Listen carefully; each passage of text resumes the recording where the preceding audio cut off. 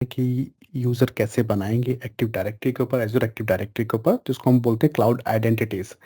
तो आपको सिंपली क्या करना है, मैं बता देता हूँ कि कैसे नेविगेट करोगे इस ऑप्शन को। आपको लॉगिन करना है अपने एज़्योर पोर्टल के अंदर, फिर आपको सर्च करना है एज़्योर एक्टिव डायरेक्टरी।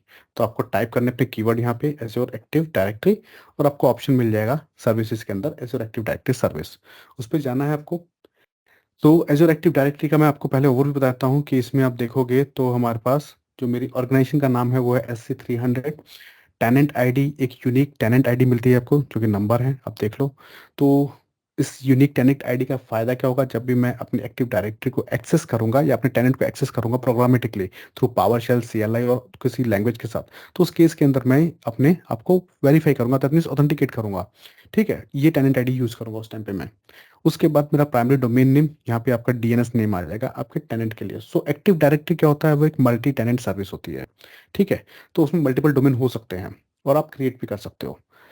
लाइसेंस देखोगे तो बाय डिफ़ॉल्ट जो एज़्योर एडी में लाइसेंस मिलता है वो फ्री लाइसेंस होता है। ये लाइसेंस मैंने पहले से एक्टिवेट कर रखा है और मैं आपको बता दूँगा कि आप कैसे इसको एक्टिवेट करोगे। तो चलते हैं, देखते हैं यूज़र कैसे क्रिएट होगा। यूज़र्स टैब पे चलते हैं।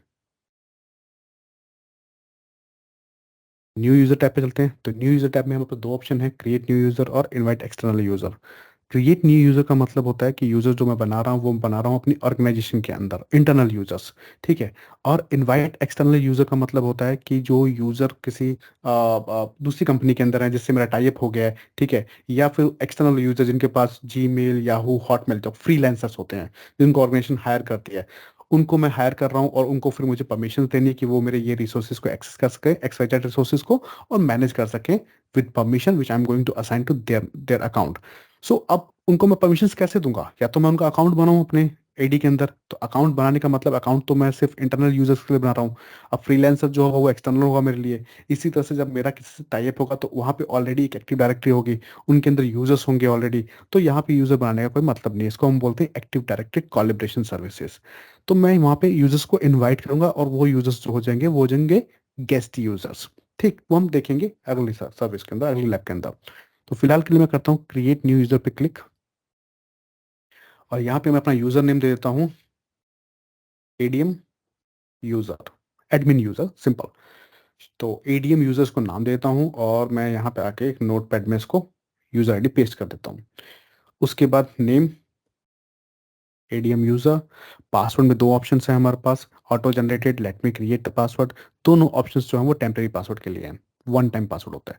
तो जब भी यूज़र फर्स्ट टाइम लॉगिन करेगा, दिस ये एडीएम यूज़र जो है, तो उसको अपना पासवर्ड जो है वो चेंज करना होगा। अब चाहे पासवर्ड आप रैंडम जो जो दे रहा है वो यूज़ कर लो, या आप खुद भी एक पासवर्ड यहाँ पे दे सकते हो, बट आपको चेंज करना ही होगा, तो इसलिए हम उसको बोलते हैं टेम्परेरी पासवर्ड। तो मैं ऑटो जनरेटर से चलता हूँ, शो पासवर्ड, कॉपी कर लेता हूँ यहाँ से और इसको मैं यहाँ पे पेस्ट कर देता हूँ।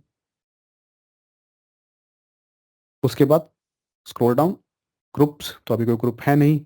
जो रोल असाइन होता है, ये रोल जो है वो एक्टिव डायरेक्टरी के लिए है।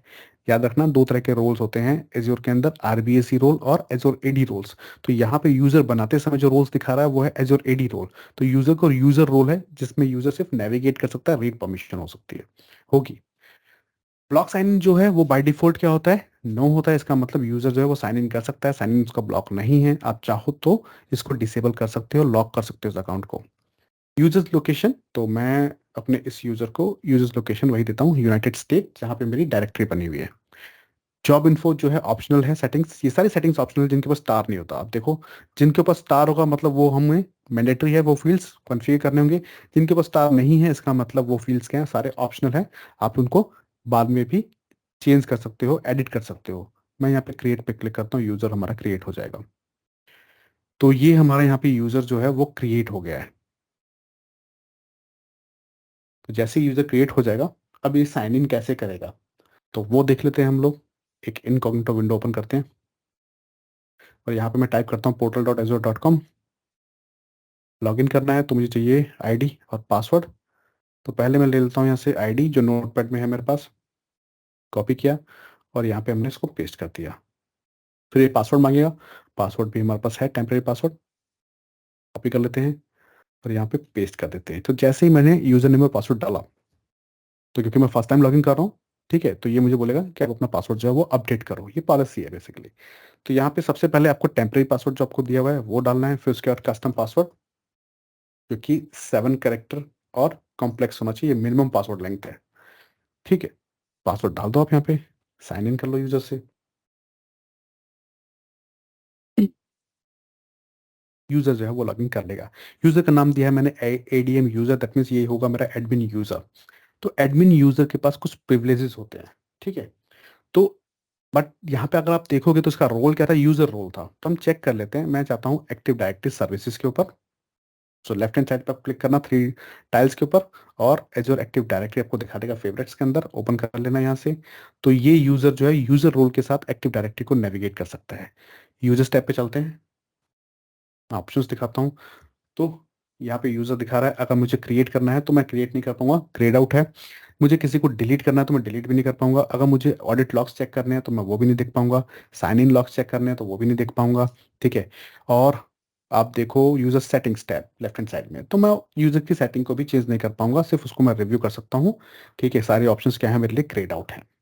तो इसको अभी फिलहाल कोई रोल नहीं है। तो रोल कैसे असाइन करेंगे वो हम समझेंगे नेक्स्ट लैब के अंदर, कि हम यूजर को कैसे रोल देंगे। तो तब तक के लिए धन्यवाद। नेक्स्ट लेक्चर में मिलते हैं, मैं आपको दिखाऊंगा कि आप रोल कैसे असाइन करोगे यूजर को।